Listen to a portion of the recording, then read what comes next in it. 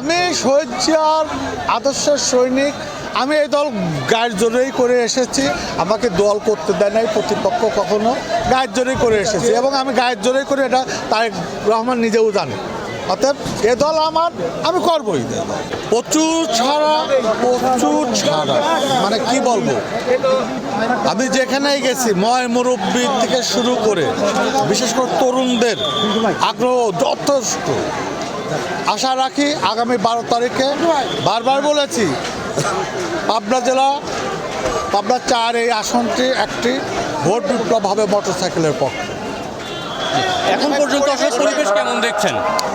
এখন পর্যন্ত সার্বিক পরিবেশ ভালো, কিন্তু আমার প্রতিপক্ষ ধানের শীষের লোকজন বা হাবিব ভাই নিজেই বিভিন্ন জায়গায় হুমকি ধামকি দিচ্ছে। রাত্রে তাদের বাহিনী বিভিন্ন বাসায় গিয়ে তাদের বাবা মাকে হুমকি দিচ্ছে। সাধারণ যারা ভীতু ভোটার তাদের বাড়িতে হুমকি দিচ্ছে যেন 12 তারিখে ভোট সেন্টারে না যায়। এমন কিছু ঘটনা ঘটছে। আজকে আমি ঈশ্বরদীর গৌর মহোদয়কেও এটা অবগত করেছি। অবশ্যই আমরা গণতান্ত্রিক ধারাকে অব্যাহতি রাখার জন্যই আজকের এই ত্রয়োদশ জাতীয় সংসদ নির্বাচনের অপেক্ষায় ছিলাম। যেহেতু আমাদের নির্বাচনের আর মাত্র কয়েক ঘন্টা বাকি আছে, আমরা লেভেল প্লে যে নির্বাচনটা এখন পর্যন্ত যেটা দৃশ্যমান, এটা যদি থাকে অবশ্যই একটা ভালো নির্বাচন হবে। সে